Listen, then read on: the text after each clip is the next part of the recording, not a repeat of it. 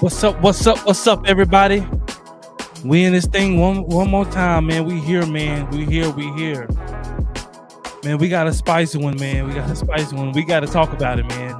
The FS1 assault allegations, man, involving Skip Bayless, Joy Taylor, and Emmanuel Acho, man, a lot more others, man. We got to talk about it, man. It's heated. And it came out of nowhere, man. And we here to talk about it, man. Join in with us, man. Here's my co-host. Hey, what's going on, fam, man? This is your boy, John. Yeah, go ahead and sit back, relax. Grab yourself something to drink and let that be known. Reactions.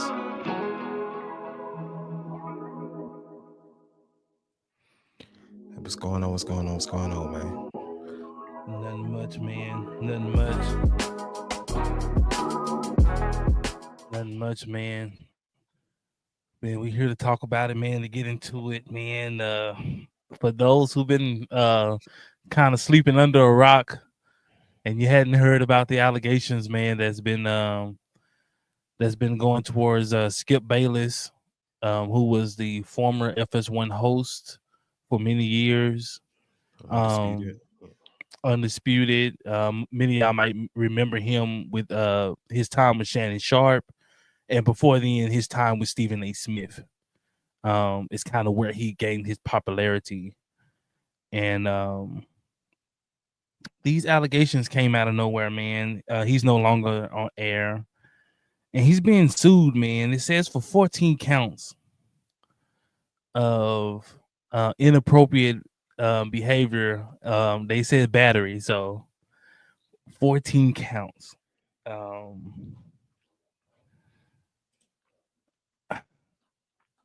When you hear this, when you when you first hear this, I guess your mind always go to why now, right?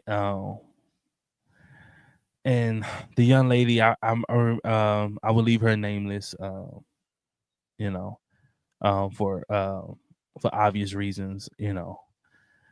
But I they said this has been going on for quite some time, and the allegation said that he had been hitting on her or trying to sleep with her for quite some time. And the allegation said allegedly even offered her up to 1.5 million to lay with this woman. Now, for those who don't know, Skip Bayless is married. He's been married for a long time. And for those who don't know, Skip Bayless is 70 years old. Like, he's old to be moving like this. You know, he take care of himself.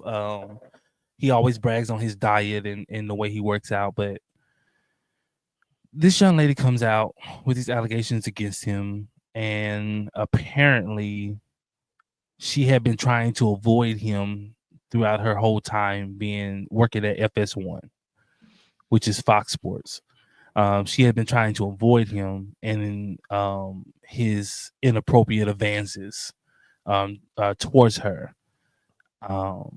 Now, her logic or what she's saying is she didn't want to lose her job is the reason why she didn't either come forward on the allegations or, you know, I can understand how she can be kind of scared in that situation. Fox is a big engine.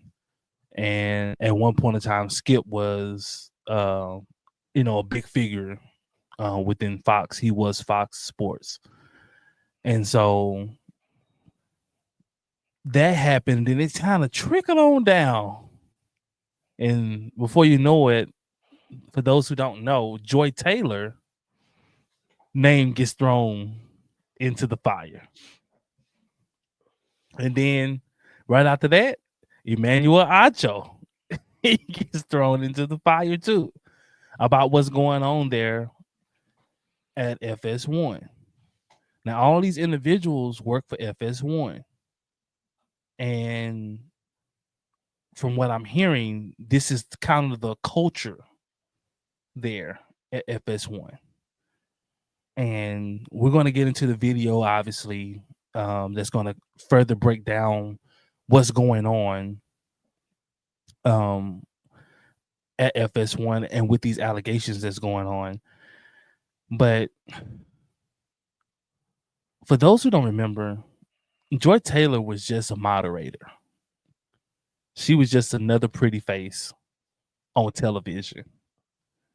For those who watch First Take, she was Molly, but she was that for FS1. And all of a sudden, you start to see her climb the ranks. And so one said, okay, well, they letting her climb the ranks. Cool. But now it's coming out that it wasn't as simple of her just climbing the ranks because she was doing a good job. It came with some putting out, one can say. And the alleged that she was, sleeping with Emmanuel Acho, who is the head anchor of their show. And so we're going to get into all this today just to kind of sum and break it down. But we'll let John give his 2 cents before we dive into the video. Yeah, it is a lot to unpack. Now I was able to get my hands on the lawsuit that was filed. Uh-oh. It was a 42-page document, so it does kind of breaks down, what, why it was filed and things of that nature. So basically, the young lady, she started on a part-time basis with Fox between 2012 to 2016, and then 2016 to August of 2024, she went full time. Okay. And so, I know initially one of my thoughts was, if this was going on back in 2016, why are you just not filing it? But if she just stopped working there in August of 2024, okay, that's a little bit understandable. That's more understandable because it's only a few months. Like 4 or 5 months. So that does kind of give time to speak with lawyers and things of that nature, legal counsel, and see what the best move is. But so she was working with them for roughly 12 years. If my calculations are correct there, but yeah, so it does. So officially, the ones that the lawsuit is against is, of course, Fox. And then it does have Charlie Dixon, who is the company president, I believe. Mhm. Skip Bayless and Joy Taylor. So those are the official defendants in this case. So of course, it's for SA and hostile work environment, Mhm. harassment, retaliation, and wrongful termination. So, but so when we get into it, we'll dig a little bit more into it, and I, possibly can, I'm sorry, and Mr. Charlie Dixon, he is the executive vice president of content for FS1. So just want to make sure that's right, because especially with it being an open lawsuit, we don't need none of that smoke over Don't here. want Let that be none of known. that. So, And also, just to add this in for context, so her and Joy Taylor were like best friends. If you're wondering how her and Joy Taylor kind of correlate together, like yeah, what does this have to do with Joy Taylor? Her and Joy Taylor were best friends on the come up, right. and Joy Taylor They joined starts, around the same time.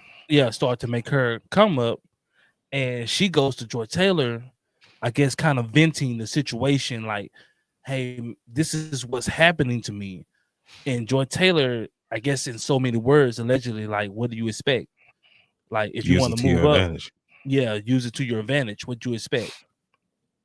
Then the video, Joy Taylor pops out like, "Well, it ain't what you can do, it's who you know." And, basically, if you're a lady, use your lady femininity and get to where you want to get to. And so, in other words, if you have to sleep with somebody, then do it. In other words, and so Not only that, while she was telling her that, Joe Taylor was married and exactly. recently married. And so that's why the young girl was like, she felt like it was nothing she could do, because like my own best friend is telling me like to get down with the program. Like, like you see me coming up, like I'm coming up for a reason. Like I'm busting it open. Basically, like you need to get with the program. Like if you want to get to the top. And we all know that Hollywood has been like this for some time, that you have to join and you have to be willing to do certain festivities and certain things in order to be a part of the in crowd, or to be a part of the quote unquote elite. As we can see, like Diddy's in prison right now, he's been held in jail right now, and all this speculation of all the things he did at his party. Like we seen the baby oil, we seen, quote unquote, the encounters, and it was like Sodom and Gomorrah in there. It was reckless in there, and a lot of celebrities fell victim to that, thinking that would help them, come up. And a lot of victims are on Diddy's paperwork. And if you go read it, like Justin Bieber's on there. He's on the paperwork. Like you can go look this up. Like this thing allegedly. Like Usher, like all these guys are on his paperwork of quote unquote being victims. So now all these guys are being put under pressure to have to go to either testify against Diddy, or what happened to them, or they put or the feds have putting pressure on them of basically bringing up charges on everybody. That's why you hear Hollywood is really quiet about the whole Diddy situation. And so, but we'll get into this FS1 just to give you a little correlation of how everybody kind of meshes together so that you won't be lost and like, well, how did Joy Taylor end up in this? This is kind of how the toxic work environment kind of meshed and it exploded. And so now we're going to get into it and really try to peel the layers back.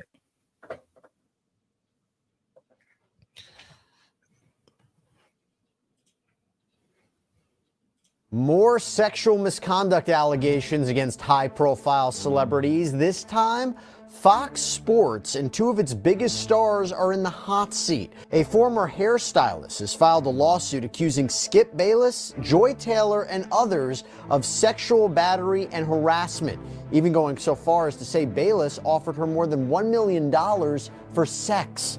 We've got our hands on this lawsuit, and we are bringing you the most shocking claims. Welcome to Sidebar, presented by Law and Crime. I'm Jesse Weber. Now, as soon as this hit the headlines, we knew we had to cover it, right? The sexual misconduct allegations that have rocked the sports world.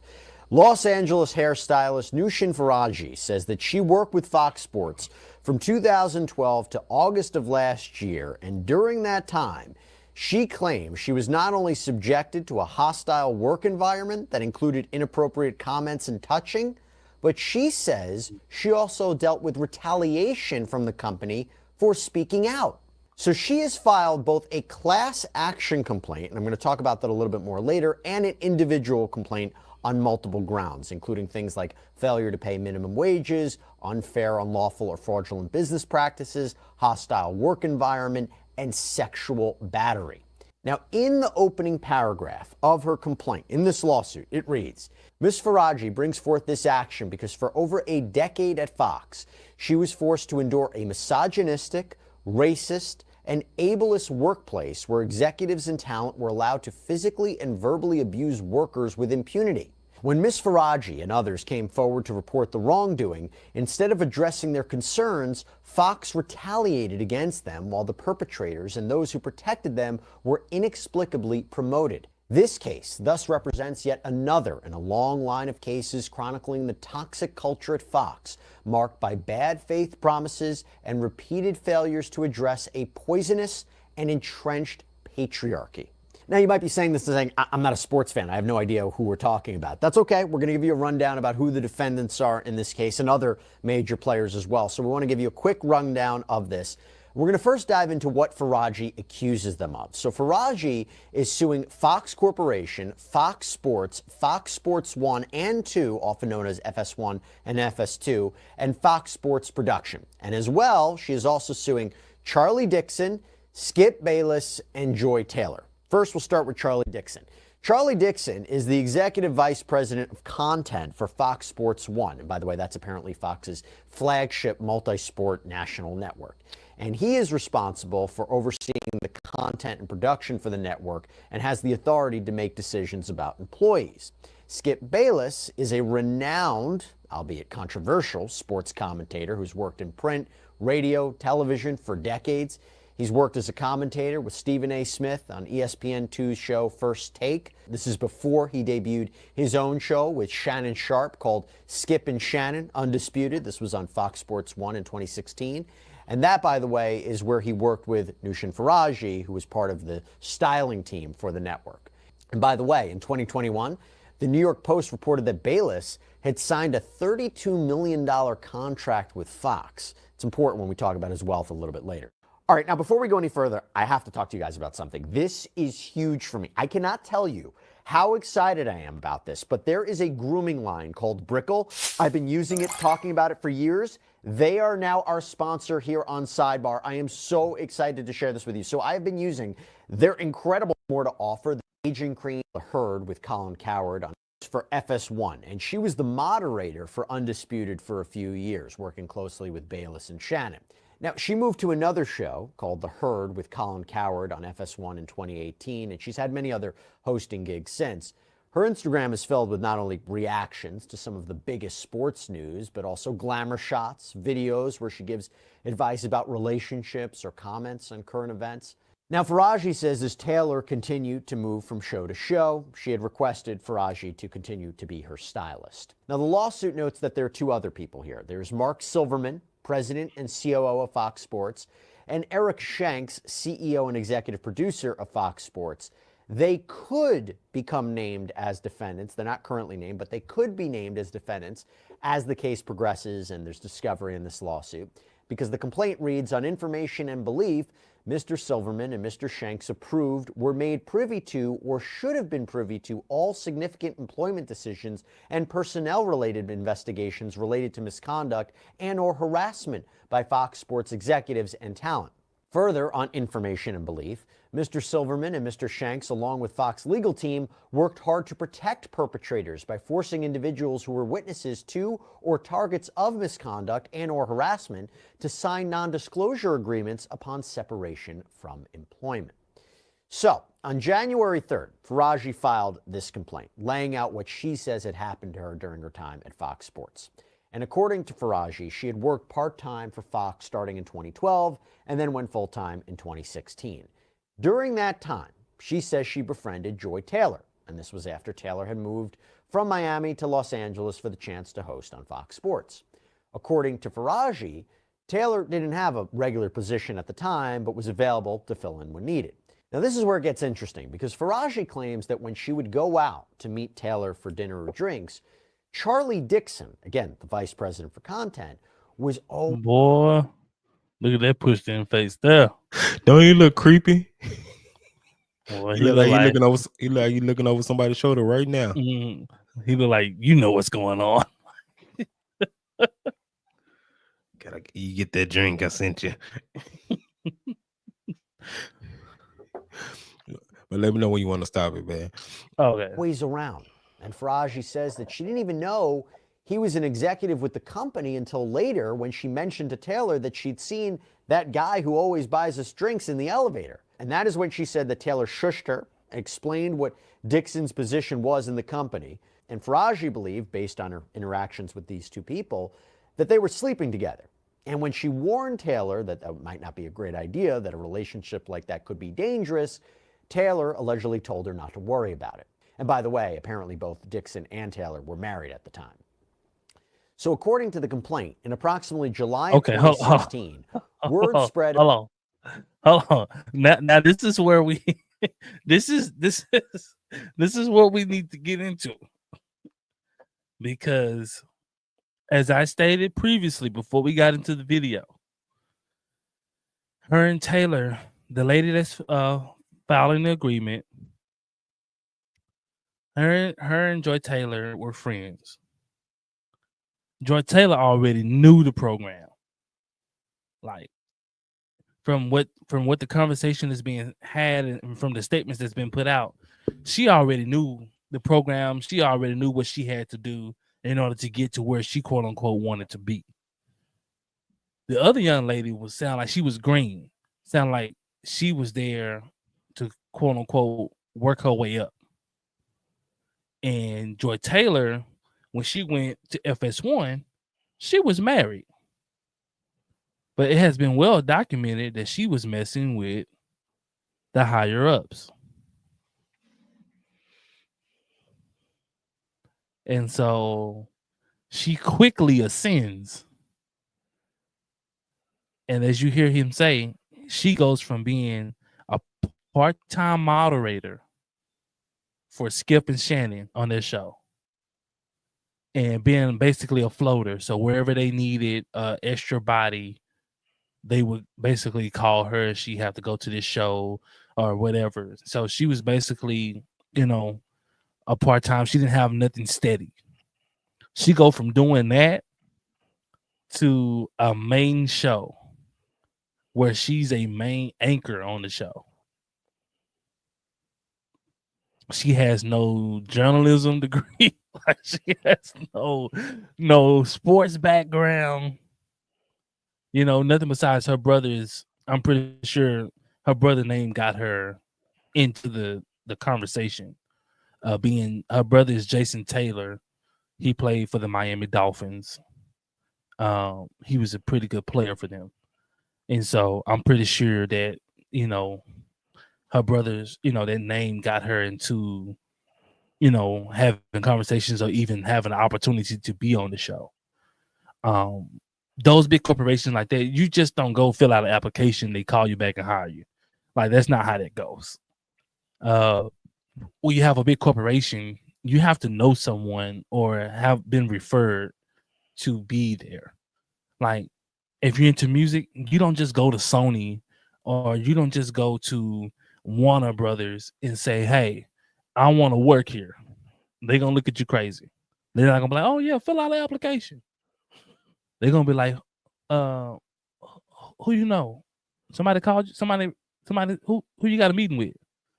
And if you get up there and be like, I don't got no meeting with nobody, they're going to be like, well, no, man, we don't do that. Like, you don't get into big corporations by just filling out and just saying, I'm going to work hard and work my way up. No, you have to know someone in order to get there and in order to get your foot into the door. Or have a big name for yourself or have someone named that can vouch for you, who can make calls for you. So that's kind of how that goes. And then you kind of work your way up. So, like, give you a prime example, like Shannon Sharp got into FS1 because of his name. Now, Shannon Sharp hadn't, he doesn't have much history on being an analyst or things like that. He don't have a lot of experience, but he got in because of his name, right? He's a Hall of Famer tight end. So, but he doesn't know a lot about other sports. He don't know a lot about basketball, boxing, just no football. But he got a chance because of his name. And once he got his foot in the door, then obviously his popularity, it took off, it grew. But the most disturbing piece is that she was married, she was messing with the higher ups, and all of a sudden she took off. But her good friend is still at the bottom level. And her good friend is giving her or advising her like she don't think that's a good idea to, basically be messing around. It can come back and bite you. And George Taylor's like, hey, this is how you get up there. This is how this is how you become what you want to become. You have to get there. And so I thought that was a little spicy, and I think this is where this is kind of going to hang up, because they said the young lady got text messages of her and George Taylor. So if she does have text messages of her and George Taylor having a conversation, I think this is where it comes back to bite George Taylor. Because if she got proof that's saying that George Taylor was messing with the higher ups, and George Taylor basically telling her to mind her business or, whatever, this is where George Taylor's going to get hung up, because it's basically saying that the toxic environment that's going on and you're okay in this toxic environment. And so I think this is kind of how it's going to trickle down to where she gets caught up or hung up. And, we'll merge into some other things later, but I think that's kind of how it's going to start for her. Because if they was friends and she got text messages and stuff like that of them talking, like. And just to add to that, man,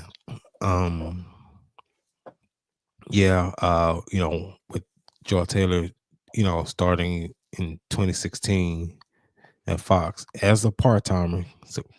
So basically, George Taylor's her career up to that point was she was a part-time radio personality, part-time, and then bartending.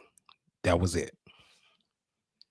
As far as that particular industry, that was her resume of experience. A part-time radio personality, a fill-in at that, and bartending. A side note, I'm gonna let you continue. remember, she got this opportunity, like the opportunity to be on the radio because of her brother. Right? Her brother is Jason Taylor in Miami. So like he's in king Miami. in Miami. He's king in Miami. So like her being on the radio with no experience, you know, she has no experience, and you just get a radio job, a radio gig. Like it's showing you like the powers that be. Like it don't matter how good you are at something if you got the right powers that be behind you. So go ahead, continue. But yeah, so with that, so she got her start in that way. And so she made her way to LA, newly married at that. So it's already, to me, that's already kind of a red flag in itself. You're newly married and then you're moving to a totally different state. You would leave the East Coast and go West Coast. But that's not what we're talking about here. But going forward, so with the young lady that's filing that lawsuit, and when she found out that allegedly that Joy Taylor and what's the guy's name again? Let me look into the Mr. Charlie Dixon. So Mr. Charlie Dixon, yeah. Charlie Dixon. So allegedly when she found out that they was messing around intimately, and so, you know, of course, like Dan said, they have, you know, that's not a good look. That's, you know, it's bad. But also, allegedly, it's noted, or it was been reported that Joy said that if it does come out in that sense, that she would accuse him of grape or SA to cover herself. Exactly. And that's very dangerous. That's diabolical, man. That's diabolical for someone to willingly have consent to do what you're doing, busting it open, and then if it came to light, you're gonna cry out this. But look at how wicked this is, right? On That's both sides. man.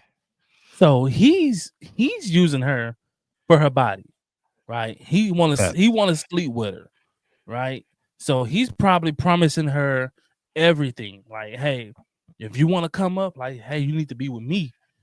And so she like, okay, you know, even though she married, she like, okay. And so he's playing that game of using her for the body, and then she come back and say, well, I'm gonna go along, even though I'm full agreeing what you're doing. If this blows up on us, I'm going to accuse you of graping me, of taking advantage of me. And so her friend is saying this is a dangerous game to play. Yeah. Because if she put out that allegation that happened to her, she's done. Because no other big corporation is going to want to hire her. Because they're going to look at her. If you sue a big corporation, no other corporation is going to want to fool with you. And he will be done, even though it was consensual. And nowadays, man, the accusation is just as bad as if you was found guilty. Well, the biggest thing you got to remember, she makes money off of her face. He makes money behind the scenes. Right. So he's rich. So he can go start another business and nobody even knows who Buddy is. The way that she makes her money, she makes her money by being visual. Yeah, man, but he'll lose a lot of relationships behind that, man. I mean, yeah, but that's a big thing on your name, man, on your jacket. Well, you lose relationships publicly, but behind the scenes, because look at all the people that knew what Diddy was doing before Diddy got busted, right? They might act a certain way in public right now, but y'all was rocking with Buddy behind the scenes. So yeah, you can be in public like, I don't rock with you, like I'm done with you. But behind the scenes, you still making money moves with this guy. You still doing deals. And so it's going to be the same for him. You think those other billionaires and millionaires, if they see a good opportunity, they're not going to take Buddy up on that? Yeah, shoot, you crazy. Yeah, that's just diabolical, man. That's just flat out evil. For her, it will hurt her because of the way that she makes money. She makes money being a visual presence. And so no one's going to want you to be a visual presence for them no more. Now, he can't be the face of the company no more. He won't be able to be the face, but he can be behind the scenes. He could be a money guy, but like for as her, like she's visual, like she makes her money being on TV. Being, basically she's a model on TV, basically. Pretty much just eye candy. Just eye candy, basically. She's basically a moderator. It's how she makes her money. And so that's why I said she will be done, because who's gonna want that? Who's gonna want that? Yeah, and then not only that, I mean, especially if it comes out that it's that wasn't true, man. Well, that just one thing we learn, man. It don't matter what's true. It don't matter what's false. Only thing that matters is the narrative. Right. That's why I was saying it's like, that's even if he wasn't found guilty, it's still I'm saying for him, he'll still survive, because he's not a up until now, most people didn't know how Buddy looked or who Buddy even was. He could pass by us on the street, we probably wouldn't even looked at him twice. But yeah, man, it's just. But most people don't care about that. They just care about the narrative. What narrative can we push? Because it just like just recently here, man. It was a big deal back in the early 2000s, man, about the Duke lacrosse team. And the lady that accused them of SA, she finally came out and confessed after over 20 years. Oh, I just made that up. And all the hardship and heartbreak and things that they went through and still going through. For sure. Because she decided to, I want to lie. Well, that's what I'm saying. Like, no one cares about what's true, what's false, what's right, what's wrong. They care about the narrative of it. Like, they don't care about, oh man, he wrong for doing that, or he wrong for saying that, or she wrong for doing that, she wrong for saying that. They don't care about that. They care about the narrative of what's being pushed. So like, another incident that came up, like the whole Tory Lanez and Meg Thee Stallion. Like, no one cared about the truth. No one cared about, what was lies. No one cared about nothing. Only thing they drove home was she was shot. And we want Tory to be guilty for this. And then did you see what she just did? That was the narrative. Recently. Mind you, he's already in prison. Oh yeah, she got a restraining order. She filed a restraining order on this man while he's in prison. Like, he can roam the streets. But this is furthering to push the agenda, because remind you, as of late, everybody's been coming out saying, "Oh man, Meg lied. She lied." So if you're hearing this coming out, in order to push your agenda forward, you're gonna double down and say, "Well, I'm gonna get a restraining order." Now, ain't no way in the world you should have been able to get a restraining order of a guy who's not free. Is in prison. Come on, man. Of a guy who's got to do at least 5 years before he's eligible for parole. And need I remind you, he didn't go to jail for shooting Meg Thee Stallion. They couldn't prove it because it didn't happen. He didn't fire the weapon. He went to jail for having an unlawful firearm and a discharge of a firearm. It's because his firearm was discharged and he was responsible for having it. Yeah.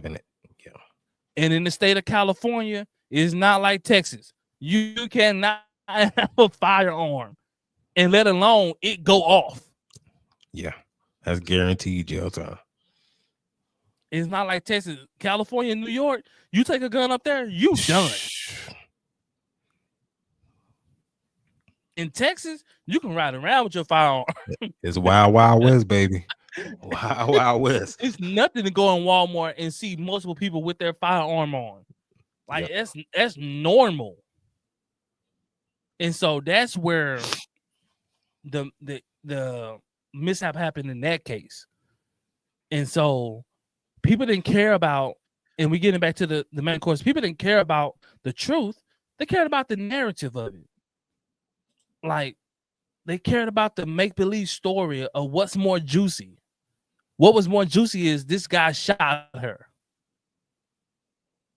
Now, what would be the purpose of him shooting her? Now, story come out, and story has it, is her and her best friend got into a fight. And quote unquote, it was over Tory Lanez. He was quote unquote messing with both young ladies. Meg found out, she got pissed.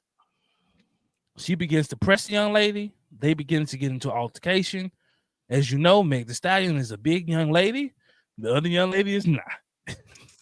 So Meg Thee Stallion is pressing the issue. The young lady looking like, I can't whoop her. What a thing. So what's she looking for? She's looking for the fire. What that iron? She discharges the weapon. It's clear as day because they found gunpowder on her hands. For those who don't know, when there's a crime and there's a gun involved, they do a gunpowder residue test. And whenever you fire a weapon, there's gunpowder residue that's going to be left on the individual that fired it. And they tested Tory Lanez, and there was no residue on him. That let me know there, okay, he didn't fire the weapon. Then they tested her friend, and it was gun residue on her. So they immediately dropped the charges of he shot her because there's no evidence he shot her. But Tory Lanez, basically, he's in jail for keeping it real, for not snitching. He's in jail because he didn't want to tell on her friend. That's why he's in jail. Man, y'all better start snitching, man. Especially with That's why he's in jail. Because when they asked him what happened, he did not want to say, oh, she shot her. They got into a fight. He basically kept his mouth shut and basically took whatever they gave him. They used that against him, and he went and got 10 years. I'm sorry, unless you just in that life. Yeah, but you're a civilian, man. I'm sorry, I ain't finna take no 10 years for quote unquote keeping now, it real. Had he talked, and you're gonna be deported once you get out. Had he talked, he probably could have got maybe 3 years, maybe 3 to 5 years for having an unlawful firearm. But because of the whole narrative pushing it, he ended up getting the max they could give him, which was 10. That's the max he could have got. If he talked, he probably would have got the lesser of the sentence. He probably would have went in there, did 2-3 years, and been out. He would have already been out. He would have already been out. And so now, reverting back to this whole situation here, is the reason why we even went into that. Look at how diabolical it is when we talk about narratives. The narrative that's being pushed is it doesn't matter what's right, what's wrong, what's truth. Joy Taylor understands this very well. Is the reason why she's moving how she's moving.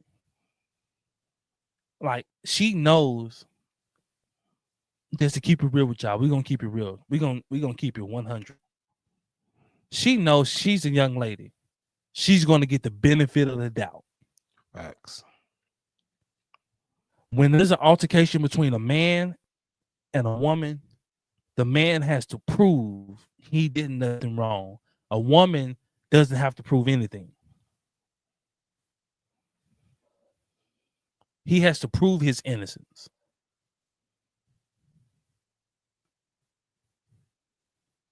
If a young lady calls the cops on say she calls the cops on her husband, and she tells the cops he hit me, and the cop shows up to the house, and the cops, they're going to approach him and say, well, we're here because we heard domestic violence, that you put your hands on her, and he can say, I didn't touch her.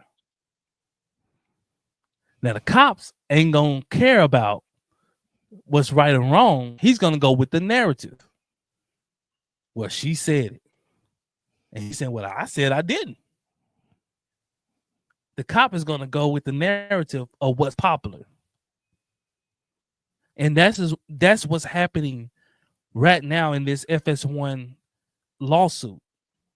Like, what's popular is being exposed as far as sleeping your way to the top.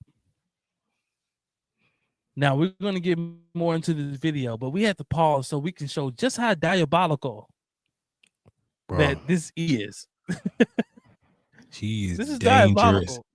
That's dangerous. It's dangerous. That's what I call dangerous. And knowingly that no, like if it goes this way, this is what I'm gonna do. This is what I'm gonna do, and knowing that it's a good chance that it's going to go that way. Go the way. Yep. That's.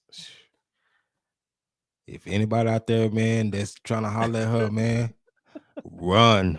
I advise you to run. It is not going to end well for you. None of her relationships work, and she like to give relationship advice. Please do not listen to her. This young lady is dangerous. She said, "I'm going to willingly sleep with this guy to get where I want to get to in my career. But if people find out that we're sleeping together, I'm going to just accuse him of sexual assaulting me." That's it. And she's married at this time, which is already foul in itself. Which is already foul within itself. You're a married woman and you moving like this. Man, let's keep on with the video, man. Let's keep on. Amongst Fox employees about a new show that was going to be a big deal, as it would star Mr. Bayless and Shannon Sharpe. It was known that Fox was looking for a woman with significant TV experience to also star. Therefore, it came as a surprise when Fox announced that Miss Taylor, who is a bartender and radio host in Miami with very little TV experience, would be the moderator of the new show, a sports debate program. But they looking for experience. Undisputed. So Faraji claims that Bayless didn't want Taylor to host the show. In fact, in the lawsuit, she claims that at a dinner between Taylor and Bayless, Taylor shows up, she's dressed, and starts acting very provocatively, potentially in a way to change his opinion about her being on the show. But eventually, Bayless agreed to approve her on the show as a favor to Dixon. Okay, when the show premiered in 2016, Taylor, according to Ms. Faraji, had requested that Faraji be her hairstylist, and eventually Bayless had asked her to do his hair as well. Not long after, in January of 2017, Faraji claims that she had attended a birthday party for Taylor. When she goes to this birthday party, she says that Dixon was there, and he was drinking quite heavily. The complaint reads, and he found another picture of him, man. Standing near the bar, facing the crowd, Mr. Dixon approached her. He asked the bartender for a drink and then placed his arm on Miss Faraji's lower back. He asked how she was doing, if she was having fun, and if she wanted a tequila shot. Miss Faraji felt very uncomfortable by his unsolicited touching and responded, "No, thank you." Mr. Dixon then moved his hand lower and started rubbing her body and grabbing her buttocks. Miss Faraji was mortified, but quickly thought to fake an incoming call to escape from the situation. The complaint goes on to say Miss Faraji did not know who to turn to, but as she knew Miss Taylor was sleeping with Mr. Dixon, she turned to her. Surprisingly, Miss Taylor responded to get over it and explained that she herself only had her job because of Mr. Dixon and that Miss Faraji only had her job because Miss Taylor requested her. She warned that Mr. Dixon could take both away. The complaint goes on. Ms. Faraji was terrified and then turned to her co-worker, Anonymous, to discuss the situation. Anonymous responded that Mr. Dixon was disgusting, that the entire situation was sick, that it wasn't shocking given Fox's culture, and that Ms. Faraji should remain quiet if she wanted to keep her job. As a single mother who needed the job to support her son, Ms. Faraji had no choice but to remain silent. So, by the way, that is one of the reasons why you might be saying, well, if all this happened, why didn't she file a lawsuit sooner? And we'll get into more of the allegations. But this is a reason. She needed the job. That's something that I will think will come up in a potential lawsuit, a potential trial, if she's being grilled under cross-examination. Okay, moving forward. Later on in the complaint, Faraji claims that Taylor continued to use her sexuality to advance at the Fox company. And she did that by allegedly sleeping with Emmanuel Acho, a former football player turned commentator. So the lawsuit reads, quote, in approximately February 2020, Ms. Taylor asked Ms. Faraji to meet her for lunch in Beverly Hills. When Ms. Faraji arrived, she found Ms. Taylor with a man, Emmanuel Acho. Ms. Faraji didn't know Mr. Acho, but could tell that the two were romantically involved. A few months after meeting Mr. Acho at the lunch, Ms. Faraji noticed him in the hallway while at work. Ms. Faraji later asked Ms. Taylor if Mr. Acho also worked at Fox. Ms. Taylor confirmed and explained that she wanted Mr. Acho to eventually recommend her on the show Speak for Yourself. Ms. Faraji became alarmed and warned Ms. Taylor that she should probably not sleep with Mr. Dixon and Mr. Acho at the same time, as Mr. Dixon is a very powerful man that may become very angry. Ms. Taylor told her not to worry about it. She explained that she was also now powerful, and once Mr. Dixon was no longer useful to her, she would follow through on her plan to tell the company that he forced himself on her. She would not allow herself to be forced out by Mr. Dixon like other women talent. Wow. Okay, now back to Faraji's claims of sexual battery. So Faraji says in addition to doing hair for the talent, she was also required to give haircuts to Bayless once a week. And she says that's when he started finding excuses to touch her, including giving her these lingering hugs and kisses on her cheek where he would press against her breasts. That's that in approximately summer of 2017, while Miss Faraji was giving Mr. Bayless a haircut, he told her that she was voluptuous. As English is her second language and she was not familiar with the word, Miss Faraji asked what that meant. Mr. Bayless seemed amused and told her to, quote, figure it out. Ms. Faraji later asked a co-worker what the word meant and was mortified. Mr. Bayless then started being more aggressive and direct in his advances. Ms. Faraji continuously declined, stating that she did not date at work as she is a single mom and needed her job. And Faraji also made further stunning allegations against Bayless, including that he offered her money for sex. You remember when I talked about his wealth? Well, the complaint reads, quote, in July of 2021, Ms. Faraji developed issues with her left ovary and was advised it could be cancer. With a fourth biopsy scheduled, she explained her situation to Mr. Bayless, hoping that he would take pity on her and cease his advances. Instead, Mr. Bayless told her that he wanted to be with her. Ms. Faraji panicked and began rambling that there were cameras everywhere, that she has a child, that she does not want him. Mr. Bayless then grabbed her hands, began kissing them, and offered her $1.5 million to have sex. Ms. Faraji made an excuse to leave. This is sick. This is utterly sick. If this is all true, guys, this is crazy. So let's break this down, man. Okay, so Joy, hold on. Before you go there, I just gotta ask, man. This the conspiracy theorist in me, and like I said, we know it's an open lawsuit. Mm-hmm. Do you think he really offered her 1.5, if anything? Come on. That's a lot for some box. I don't know if he offered her 1.5.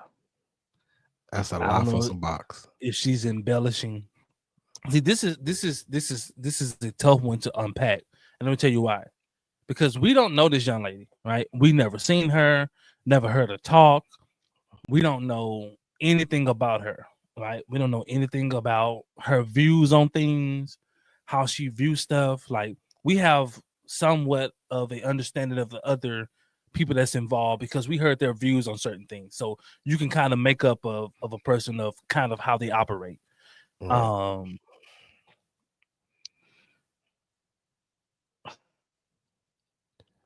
Her being offered allegedly 1.5 million to sleep with Skip Bayless is diabolical within itself for multiple reasons. I'm gonna tell you why. One, he has a lot of money, he has a lot of cachet. More than likely, he probably can have any woman he wants, either at the network or just out and about. Right? Facts. He's rich, right? And that's what most women are looking for. They're looking for a guy with a lot of money. With that being said, I don't know if it was a thrill for him. I don't know if it's a chase for him. I don't know if it led up to that because she kept rejecting him. You know, I don't know if it started off with a lower amount, like, hey, I give you 20K. Hey, I give you 10K. And she's rejecting him. You know, so I don't. Yeah, because I'm not gonna rule out that he offered us some paper if it is true, but 1.5, that's a big number for some box, man. Well, Huge to number us, to us, like I'm sorry, bro. Like when we hear, that's like 1.5, when bro. we hear the parties. So like, take for instance, like I often reference it like a Diddy party. I heard he would spend upwards of 10 million on a party, sometimes more on a party, 10 to 20 million on a party. And Jamie Foxx came in and stated this numerous of times where he asked Diddy, like, man, how much you pay for all this? And he was like, oh man, just a smooth 20. Like 20 million. And Jamie Foxx, made a joke saying, well, I can rival your party, for 1 million. And so that's why I'm saying it's not out the question. It's just hard. It's not out of the question that this happens. People with a lot of means, with a lot of money. We talking about guys that's walking around that's worth 50, 60 million. Right? To where 1.5 is really nothing to these people. Like Diddy offered to pay 50 million for his bond. They told him no. But Skip Bayless, his net worth, and it's not totally accurate, but it's around 17 million. So the offer 1.5, man. That's still a pretty penny, man. I mean, it's still a pretty penny. Don't get me wrong, but and that network is not indicative. It's not total of all of his earnings and endorsements he has and things of that nature. And a lot of times, what we know, especially from the culture, men lie. Right? Mm-hmm. I give you 1.5 just to see if she will bite on it. Because if she will bite on it, then you know that she can be had. Right? If she bite on it, I give you 50. Nah, I give you 75. I give you 100K. I give you $500,000. I give you 1.5. So you're doing it to trying to get, and as she put it, he had been making advances to her for quite some time. And she came up with the story saying that she even told him that she was terminally ill. And thinking that would make him back off. And she said that Skip said he want to be there for her. So he want to be by her side. He want to hold her hand. So let me ask you this. Okay, with her, she's trying to endure to keep her job so she can support her son. Mm-hmm. So you don't think that she would really have bid on that 1.5 if that was offered. And I'm not saying that it wasn't offered, because that 1.5 can put her up pretty nice there. That could put it pretty nice. But like I said, we never know the mind of a person. She could have known he was BSing. And then too, she know that 1.5 ain't free. It comes with strings attached. Yeah. She gonna have to sleep around. Like, he ain't just gonna hand you 1.5 and then just like, okay, it's smooth sailing. Like, nah. She gonna have to sleep around, and she probably gonna be on call.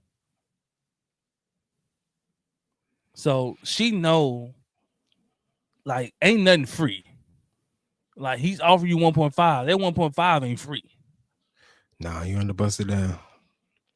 And so if she has any common sense, I'm pretty sure she thought, like, you know, I take your 1.5. What you gonna want out of me?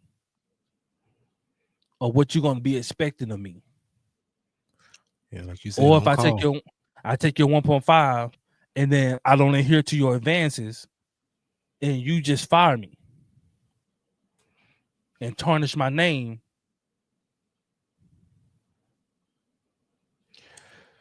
Or do something diabolical like sue me. Not to sue her to win, sue her just to eat up her money. Ruin her name. No, like she took that 1. If she took that 1.5 and he sues her, that 1.5 gone. And then we all know 1.5 ain't 1.5, especially if you got it in your bank account. Because IRS is coming and knocking. And they gonna want just about half of it. Facts. Especially if you don't have stuff set up there. Yeah. 1.5 is like 500 grand. And so you ain't getting no 1.5. Like, you can't even declare to be a millionaire unless you got 2.5 million. 2.5. Yep. So, like, but like I said, we don't know the character of her. We don't know anything about her. Like, this is our first time ever hearing about her. Like, we didn't know she even existed. And she's coming out with this stuff. And the biggest thing is, people who worked on the show are not disputing it. Normally, people would take to social media and they'll start making posts and videos about how crazy this is and what kind of environment it is. Everybody quiet. Everybody's quiet. They said it's been going down on the show. And some people who used to work on the show say, yeah, it kind of operates like that. If you're a bottom feeder, you get treated as such. Facts.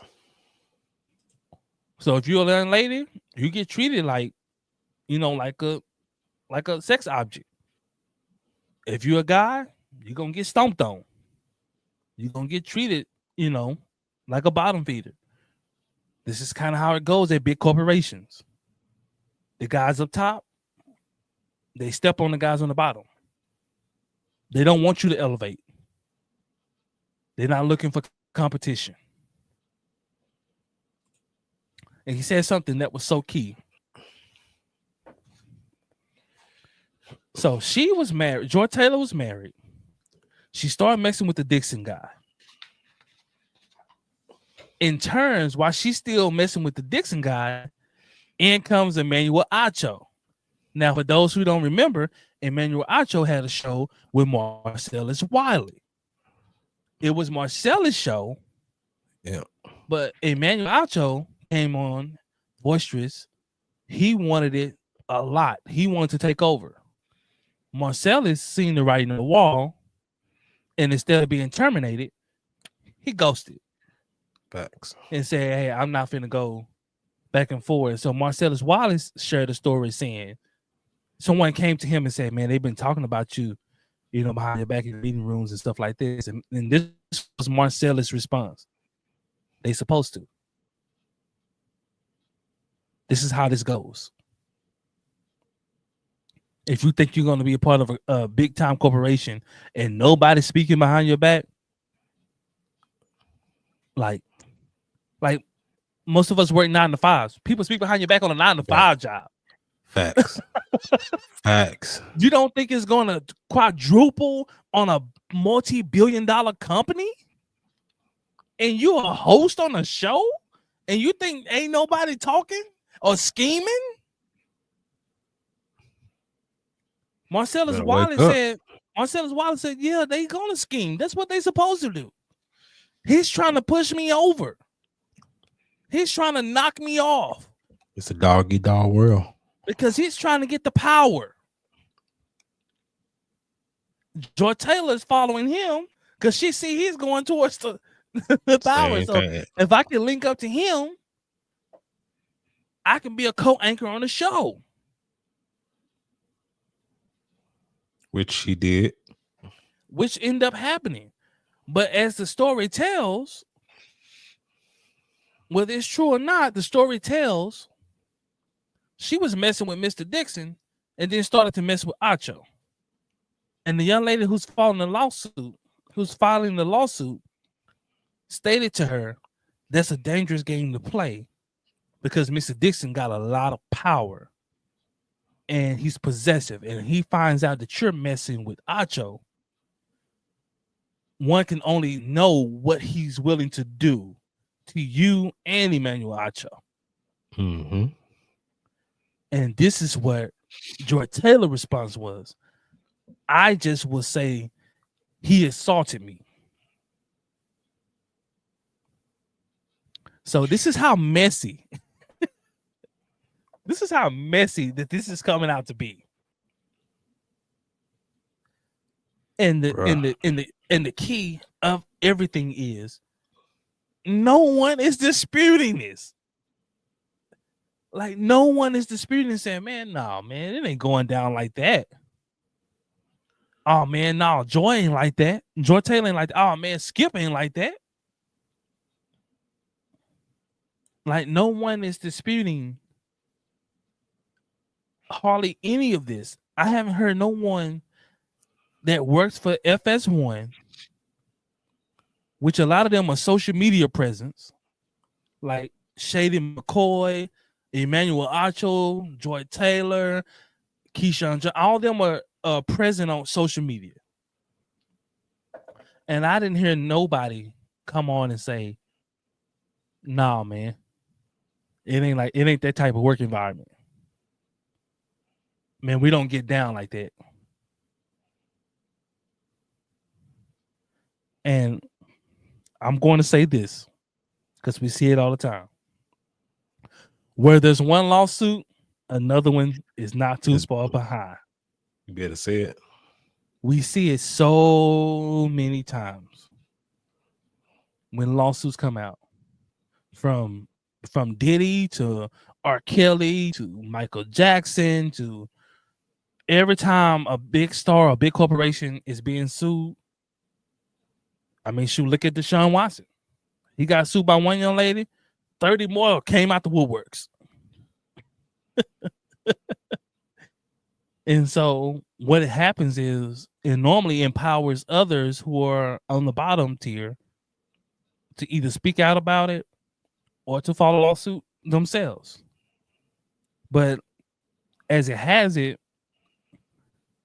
she's talking like she has a lot of evidence. And this is why we have stated what we stated before, that her and Joy were close friends. And so if you're close friends, especially if you're ladies, you know you're texting. It's nothing for her lawyer to go get those text transcripts. You can go to a phone company and get those subpoena easily of whatever year you want. Hey, I need the transcripts of 2020 or 2019 or whatever. And so if she has text messages, this going on and being stated. Ooh. Woo. Like, man, doomsday. If she has text messages of her and Joy's conversations, of her telling Joy these things that's being brought up in this lawsuit, and Joy's response being what they said it was. And that's my thing, man. When it's stuff like that that's premeditated, you should be locked up for that. That's premeditated, bro. Especially like I said, if it's proven, and it sound like the young lady has some proof in her pocket, she should be. I know it's not going to happen. That's not how the system works here. But people should be locked up for that type of mess, man. Because of the potential damage that can do to the people involved, man. But now I don't know how Emmanuel Acho kind of fits into the lawsuit. I think it just I don't know, because I don't know his dealings with her. Now I don't know if that's gonna come out more and more in the video. Well, I think it's just more so because the way she was moving, and then she turned around and did the same moves with him that she was doing with Dixon. Well, I'm saying I don't know how that affects the young lady. I don't know how. That's what I'm I saying. think it's just I think Acho is just more so just a reference of how. Well, of how he's Joy he's Taylor was included. moving. He's included in the. He's But been he's sued too. No, he's not a defender. He just included Oh, in that he for just as like a included. reference. Okay, because I was like, I don't know how you do that. Now I understand going after the boss because he's Right. he's keeping this environment going, Right. and he's been full aware of what's going on. You responsible, so you. And so, but we can get back into the video, man. We're almost done here, man. But we have to stop and talk about this, man. Oh shoot, my bad. You know, lost our space. Island. So, by the way, that is one of the reasons why you might be saying, well, if all this happened, why didn't she file a lawsuit we're sooner? further along. And we'll get into more of the allegations. Confirmed and explained that she wanted Mr. Acho to eventually recommend her on the show, Speak for Yourself. Lingering hugs and kisses on her cheek, where he would also press against her breasts. In approximately summer of 2017, while Miss Faraji was giving Mr. Bayless a haircut, he told her that she was voluptuous. As English is her second language and she was not familiar with her hands, began kissing them and offered her $1.5 million to have sex. Miss Faraji made an excuse to leave. The complaint goes on. Approximately 1 week later, Mr. Bayless made another advance at Miss Faraji. Miss Faraji responded, "Skip, stop, you have a wife." Mr. Bayless responded, "Aren't you Muslim? Doesn't your dad have 3 to 4 wives?" Miss Faraji responded that her father was dead, and when Mr. Bayless looked taken aback, she made an excuse to leave. Now, at one point during her tenure at Fox Sports, Bayless reportedly started to think that Faraji was in a sexual relationship with his co-host Shannon Sharpe. This is a big point in the complaint. And he allegedly confronted Faraji about it. And Faraji denied having any sort of relationship with Shannon Sharpe, saying that she was just nice to all the talent, then he was just misunderstanding the situation. And Faraji says that she even used a recording device to capture one of the conversations with Skip Bayless. Quote, Mr. Bayless then arrived in the makeup room for Miss Faraji to cut his hair in accordance with his regular schedule. Mr. Bayless knew that the makeup room was always recorded and clearly states, "This room is bugged." During their conversation, Mr. Bayless stated that he would hate for her to lose her job, but she can't be doing a big thing with my arch rival. She responded by reiterating that being polite to Mr. Sharpe is part of her job. Mr. Bayless responded, "BS, BS, BS, I'm calling BS on you." Mr. Bayless then warned her that he doesn't want her to lose her job over this. Ms. Faraji responded that she wasn't going to lose her job because she's a great hairdresser. Mr. Bayless responded, "I have love for you, and I have for 6 years, and you hurt me, and you are ruining this." Ms. Faraji again responded that she must be polite to all talent.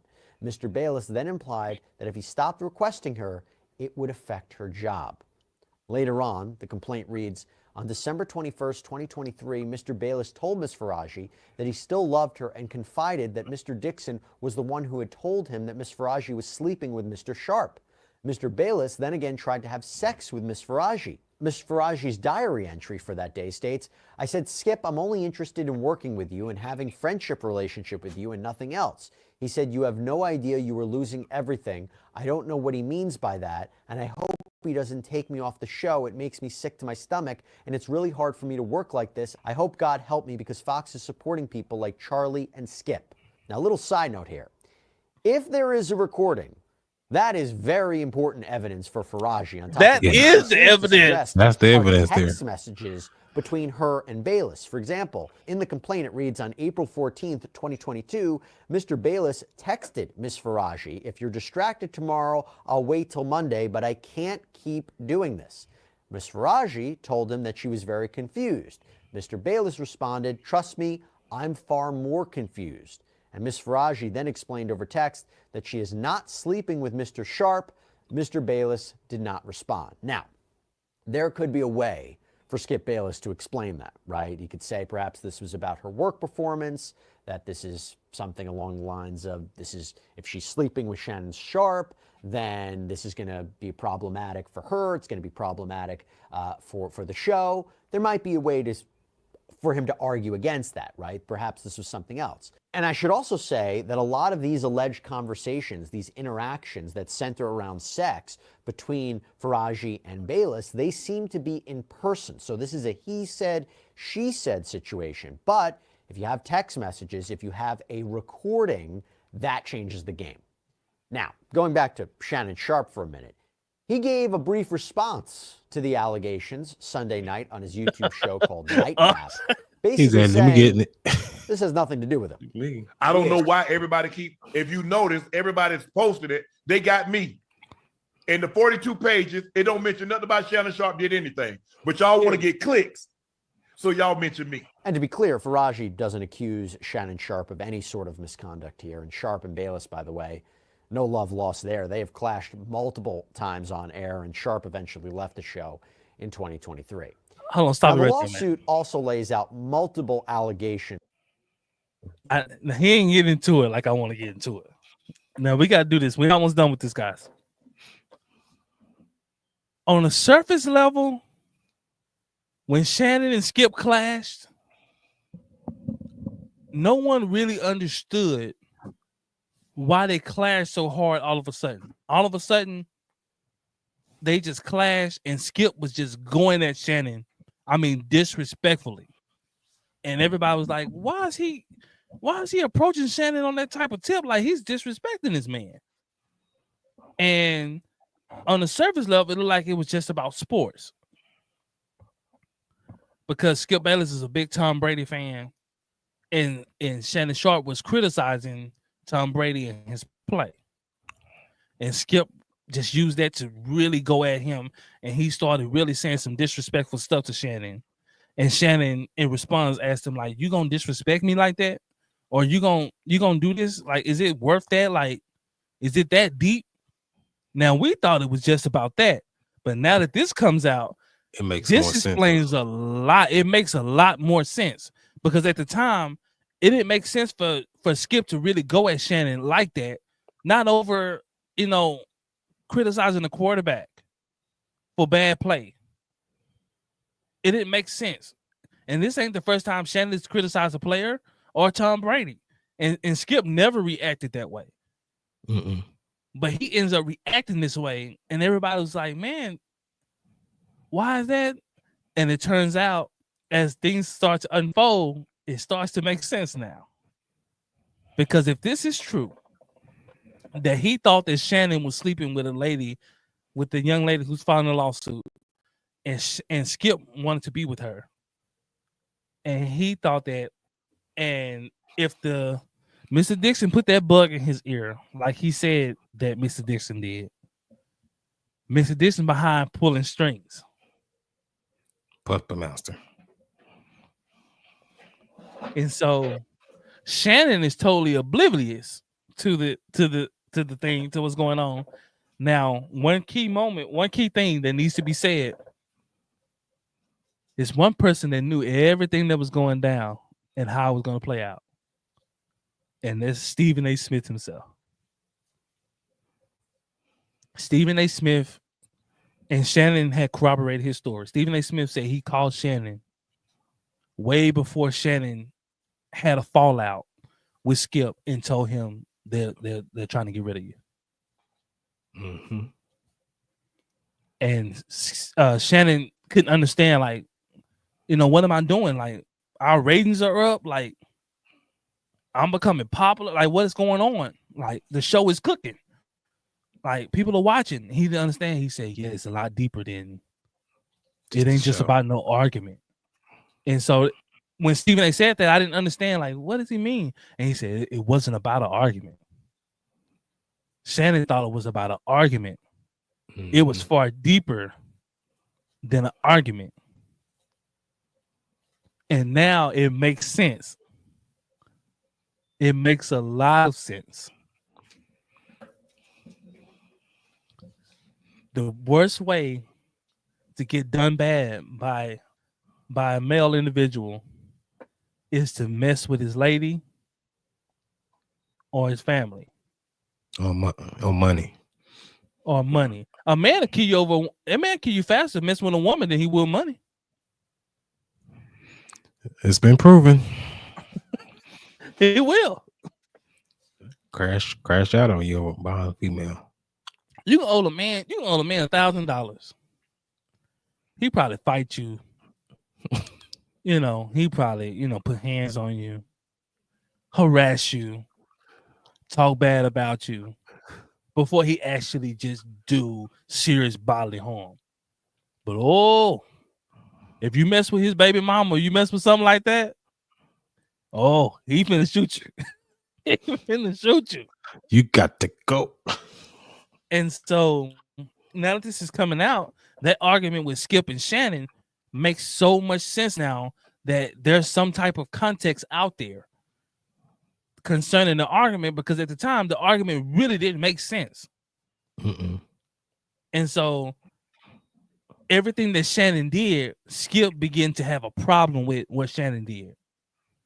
So for those who don't remember, the Buffalo Bills had a defensive back who ended up getting knocked out on the football field.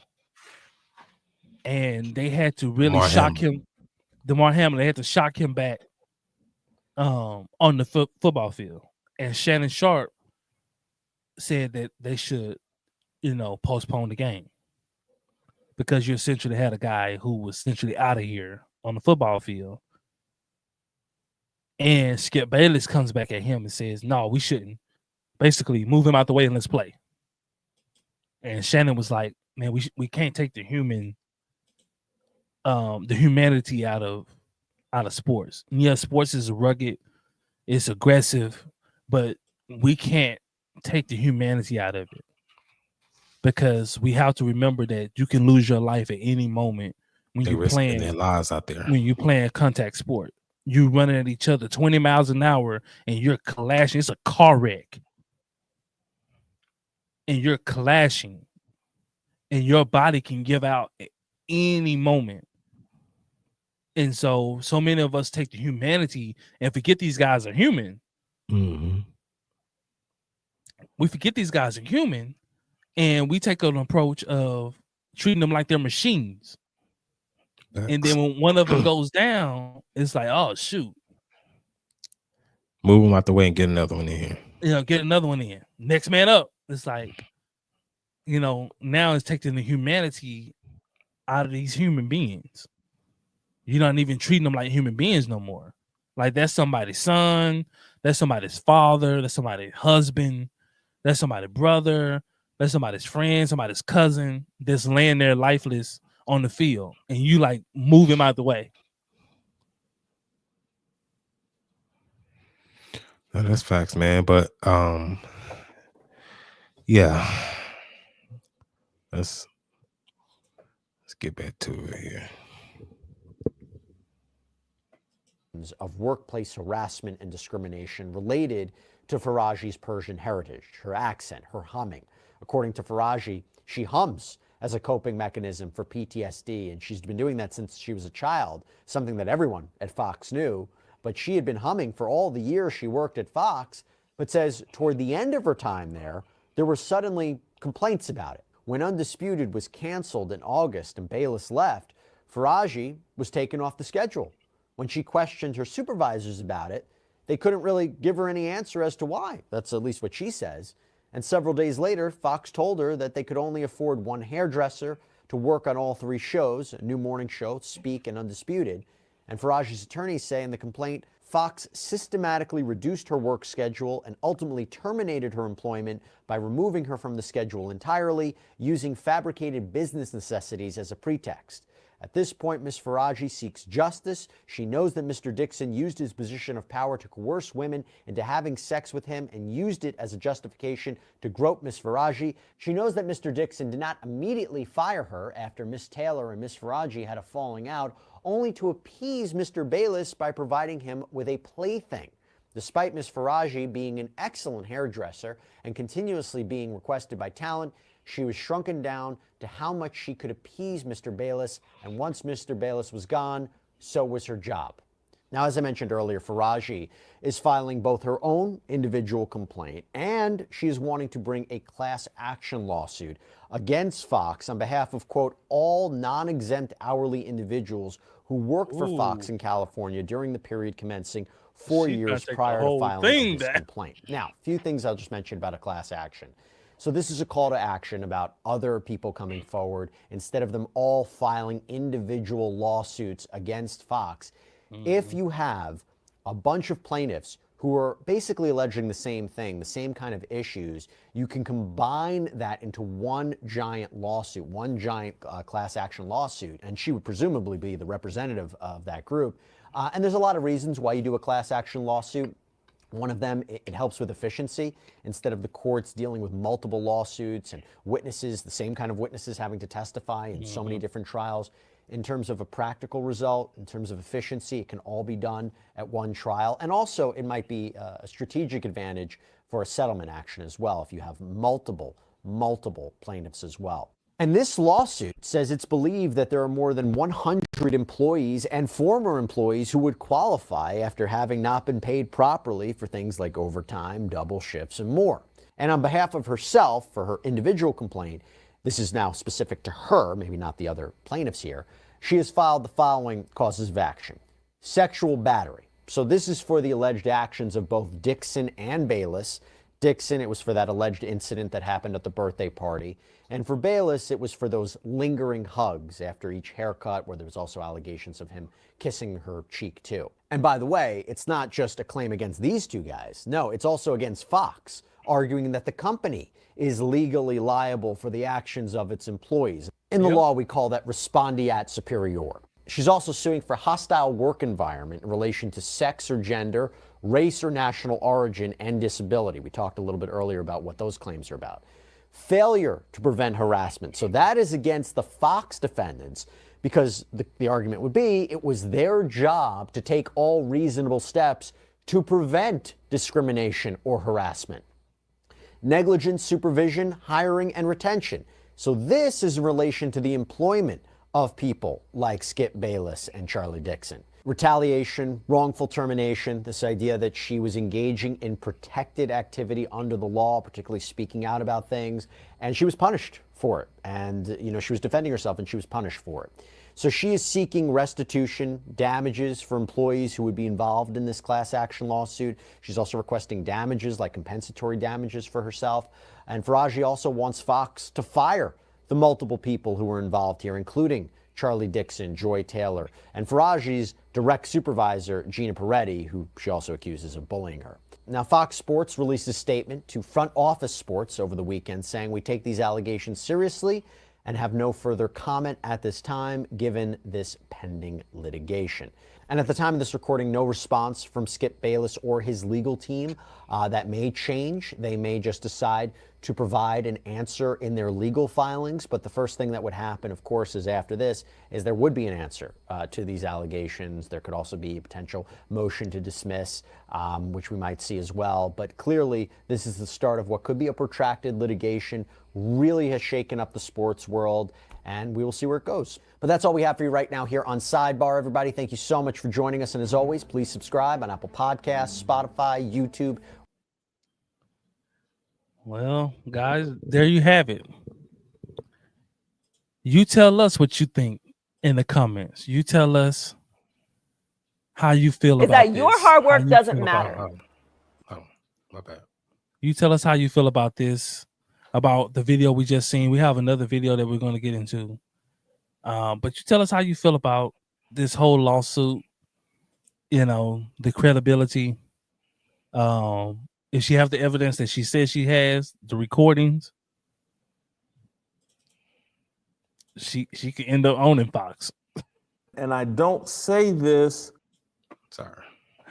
Okay, here we go, guys. Is that your hard work doesn't matter.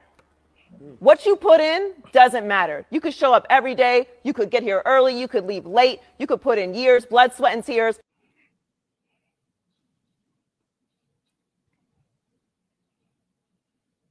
Did it stop? Leave late. You could put in years, blood, sweat, and tears. Guess it glitched.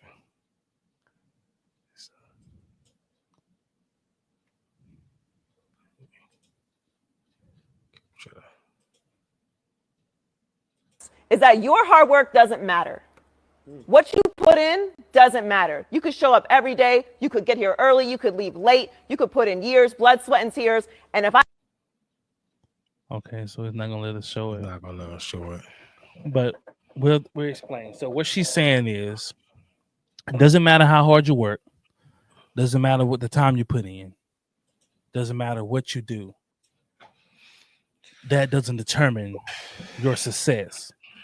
She's saying what determines your success is the people that you know and the people in the relationship that you have, which is very true when you're talking about on a grand scheme of things.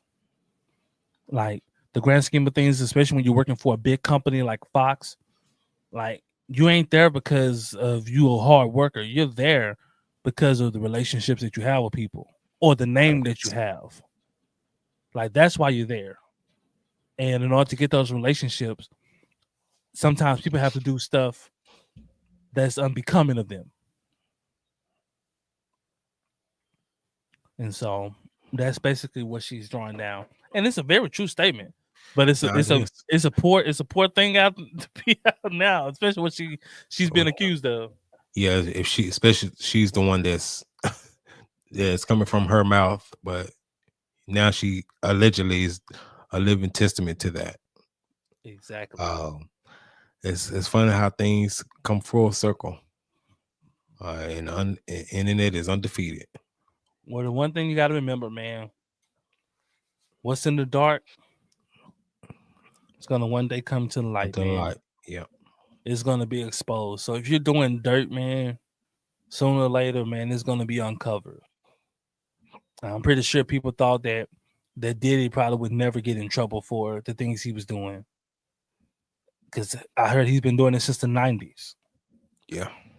So you're talking about 20, almost 30 years ago, he's been doing these activities, and they got him in jail for allegedly sex trafficking. So you mean tell me he's been sex trafficking this long, and other celebrities knew about it? Mm-hmm. It was in on it. Or the whole R. Kelly situation. Or like we're talking about today, the FS1 situation. So she's doing a class action lawsuit. Sounds like she got other co-workers who's on board.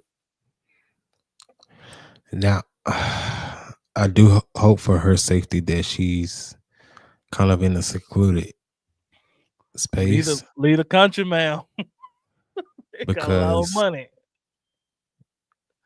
And it's just the American way, especially when you try to go after the big dogs like that.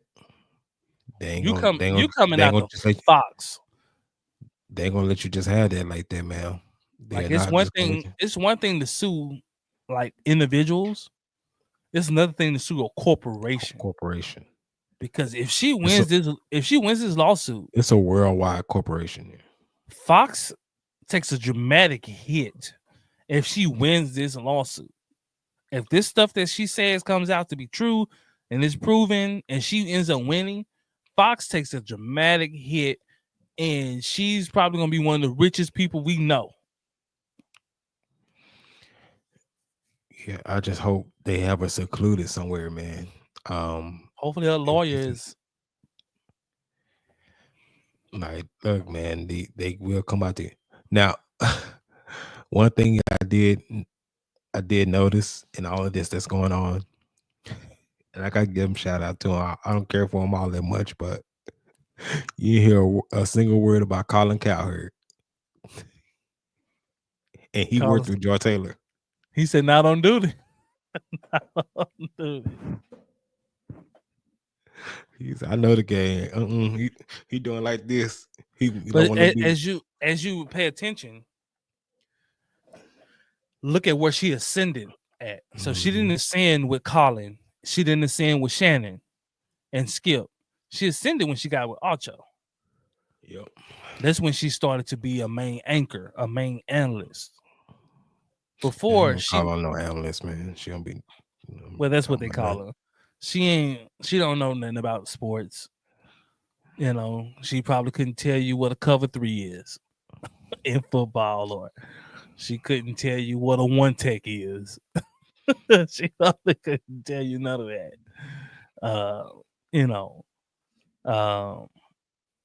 Or in basketball, she probably don't know what a DHO is or a Spain pick and roll is. She probably didn't tell you nothing. But hey, he played bad. That's obvious. why he played bad. He just played bad. That's He always played bad. And then when he played bad, we make excuses for him. That's her whole thing. Not going into like, well, why is he playing bad, or why is he doing this, or what's the context behind of the play. And so, man, if this is true, and Fox is a big company. It's a very, very big company, man. And I don't see Fox letting this get out. Like, if it's proven true, if they have evidence, I don't see Fox taking this to trial. I don't see them taking it to trial. Yeah, they'll settle. I see Fox settling and trying to make her sign a non-disclosure to where she can't talk about the case, or she can't talk about, her evidence or whatever, because they did the same thing with Coretta Scott King. Mm-hmm. She went to court and sued the government for killing Martin Luther King. She won. For death. Yeah. She won, but she had to sign that she couldn't talk about it. So she couldn't go on the news outlet and be like, hey, I won this, and they would, it's proven that this, and in other words, she couldn't do it. And I could see Fox sort of doing the same type of deal where we'll pay you off, but you can't go out and you can't discuss this in public. Spotlight. And so I would tell her, if they offer you a plea agreement where they give you the money, take the money, man. Do not fight this for pride. Your pride will get you killed. Facts. This is a multi-billion-dollar industry company with a lot of billion-dollar friends. Facts. They got billionaires on their board. Mm-hmm. You're talking about a company with probably 8 to 10 billionaires sitting on the board, let alone the relationships they have within the industry. Facts. So, like, you're talking about, it's nothing for them to get you knocked off. The money that's behind them, like, it's nothing. Nah, yeah, take this settlement and just. If they offer you 50 million, whatever, 100 million, ma'am, take the money in peace, because you don't have to pay taxes on the settlement, man. Take the money and peace out, please, for your safety. I know that you would like to go to court and to really stick it to Skip and stick it to Joy, and and I would like to see it. Honestly, I want to see it, but I know that for your safety, we know better. Yeah. That it doesn't go like that when you're talking about going up against a multi-billion-dollar company. Like, you just can't do that. Mm-hmm. And live. If they offer you a settlement and you talking about, nah, I'm gonna fight it. No, man. And now they going to their $1 billion friend saying, man, she gonna fight this. She really trying to come out. And the people that have a relationship with Fox, they don't want it either because they don't want to persuade the people that work for their company to start coming out with lawsuits either. Facts. So this works bad for every $1 billion company that's out there. Fox, NBC, all these people, ESPN, like all these companies, like it works. They don't want this to come out. And that's the type of society we have, a copycat society. So if they doing it there, then ESPN ain't far behind. NBC ain't far behind. CBS. And so they may collude them like, hey man, you gotta, if she trying to fight you know what you gotta do. You gotta get rid of her because this is bad for all of us. She goes to court and she wins that lawsuit. You know how many people gonna be trying to sue at our company? And so like that's why I said like it's bigger than what she think it is. Like you're gonna have a lot of people. You have no idea. Like he said, it's bigger than Nino Brown. It's bigger than Nino Brown, baby. Like man, she gonna if they offer you a buyout, man, take the buyout. Be like Cassie and take the money. When Diddy offered to pay her off, she didn't fight it. She said, "Cool." She took that 30 million, whatever it was, 30 to 50 million, and peaced out. Now, just so happened the feds picked it up. They picked it up. That's out of her control. It went from a state case to Fed because now the Fed, and you talking about trafficking and all that stuff, that's out of the state Will's house. That's the federal. That's Fed. They picked that up. So she didn't have no control over. Yeah, the Feds picking it up, but the Feds came knocking at her door. Hey, we need them tapes. give us some tapes. And so now the Feds are using this as leverage, of course, against other celebrities because they really want Diddy. And the only way that Diddy can get out of the situation where he doesn't do the rest of his life in prison is he tell. Got to go Nino Brown, bro. He got to go straight Nino, and he got to pull down cops, politicians. He got to pull down everything. But bishops and popes. But even with that, man, you know what come with that. I mean, of course. But I'm saying that's the only way. Because if he's going to take this on by himself, he's going to do the rest of his life in prison. Because they saying they have tapes of you doing this stuff. Yeah. The cameras you had in your house and laptops. And then celebrities are being subpoenaed to testify against you or be prosecuted. Big celebrities. And so that's how the feds are coming. Feds are like, hey, either you're going to testify or you're going to be part of the prosecution. Because we got you on tape. Yeah, they're gonna bury him, man. So he's in that situation like that, the same situation that R. Kelly was in. R. Kelly could have told. He could have started telling on people stuff he knows, stuff he's seen, and lessen his deal. And you know who's the common denominator between those two? Good old Clive Davis.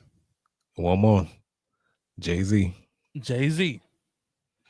Well, everything trickled down from Clive Davis. Yeah, he's the head heathen. He's the head heathen. And then now he used the puppeteer of Jay-Z to be able to manipulate certain situations. And so when the moment that R. Kelly said that he was going after his masters, charges came from everywhere. He had so many charges. It was ridiculous. Everybody said, man, ain't no way he beating this. Man. It's too many charges. Let alone as I already talks over the years about it. And so the moment he said that, just like the moment that Prince went out and got his masters, he ends up dead on the elevator. Michael Jackson. They wanted him to sell back all the catalogs he had. because Michael had took a big ownership of Sony because of all the music he owned. Yeah. And Michael was basically like, I ain't selling it back. And Sony couldn't let him have that much power because Michael had his music, the Beatles music. Yes. At one point in time, he had Eminem's music. Like he had all of these people music. I think Elvis too, if I'm not mistaken. Elvis music, like you have all these diamond platinum records that's still selling millions today, and he owned it, and that's going to his estate. So much so that when he passed, they made Katherine Jackson give that back. Facts. She had to give that Beatles back. Yeah. Threatening that old lady like that. Shout out to Mama Katherine Jackson, man. Still pushing. She had to give it back. They basically strong on like, hey, you know what's up. Like, you know what happened to your son. That's facts. You know, we'll wipe all y'all out. Like everybody in the Jacksons know what happened. Yeah. They know the industry. They know how it goes. Like, go listen to Michael Jackson's nephew. He talks about it. They're like, my uncle didn't die of just no accident overdose. They're like, this was done strategically. So, like, wake up, people, man. Wake up, man. Wake up, wake up, wake up. Man, it's a dangerous game out there, man. Thanks. And now we are privileged to seeing everything because of social media. Before, this has been going on for years. We just haven't been privileged of seeing it. Because you actually had to be there in order to know. But now social media is there. Ain't no more hearsay. And there's cameras everywhere. Like, you can't do nothing without being caught on camera. Like, you can't even walk to your car without being caught on somebody's camera. Facts. Cameras almost on every corner now. Every corner, on highway, interstates, everywhere. Off of every building, there's cameras everywhere. On ATM machines, there's cameras everywhere. Yep. You know, so like we're being privileged of seeing stuff and seeing information. You know, like the cops, they always had cameras, but it was nowhere to show the footage. Now you got social media, everybody can see it. And so, man, if this is true, like I said, I don't know. If this is true, I hope she gets justice. And I hope she's safe. If this happened to her. If this truly did happen to her, man, that's a shame that she had to go through that in a workspace like that, in the toxic environment where basically everybody knows, but nobody cares. And so if that happened to her, you know that there's many others. Facts. And so, you know, man, you know, we're gonna make sure we try to stay consistent with this channel, man. We got a couple more things in the woodworks, man, that's gonna be coming out. We're gonna try to at least drop a video a week, man. Try to work our way up to where we're doing, you know, at least twice a week. But you know, we're trying to get consistent on this channel. And man, if you have any comments about this specific topic, man, or any topics that you want us to touch on that we'll talk about, man, trust me, I say what you want me to say. I get on here and say it, you know. But anything that you have, any comments that you have about this, about the young lady that's filing the lawsuit, you know, do you think it's true? Do you think it's, you know, untrue? You know, do you think she's gonna win? Whatever you want to state, man, I will respond back to you, man. And you know, remember, like, share, subscribe, man. Follow us on all social media platforms.